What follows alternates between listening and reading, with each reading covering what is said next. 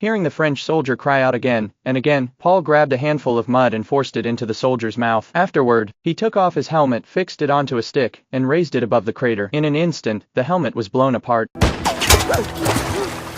A sniper was still lying in wait outside. Paul could only remain hidden in the shell hole, afraid to move. Watching the French soldier writhing in agony, Paul's heart was torn with conflict. The soldier, driven by the instinct to survive, kept uttering faint cries for help. At last, Paul's compassion overcame him. He crawled toward the wounded Frenchman. After checking his injuries, Paul pulled a small towel from his pocket, soaked it in the muddy water of the crater, and squeezed drops into the soldier's mouth. Then he picked up his knife again, cut open the soldier's uniform at the chest, and tried to stop the bleeding. But at that very moment, the French soldier breathed his last. Paul was overwhelmed with guilt. He remained in the crater until nightfall, then staggered back alone to camp. By now, only 2 hours remained before the armistice, yet the general once again ordered them to assemble, determined to defeat the French before the ceasefire. It was a battle without meaning, but Paul had grown numb. With a blank face, he followed his comrades to the front line. On the other side, French soldiers were drinking champagne, celebrating the end of the war. Then the heavy tramp of German boots drew the attention of the French commander. Paul charged into the trench, shooting down one French soldier. Leaping forward, he wrapped his arm around another's neck, but the Frenchman slammed him into the mud, nearly drowning him.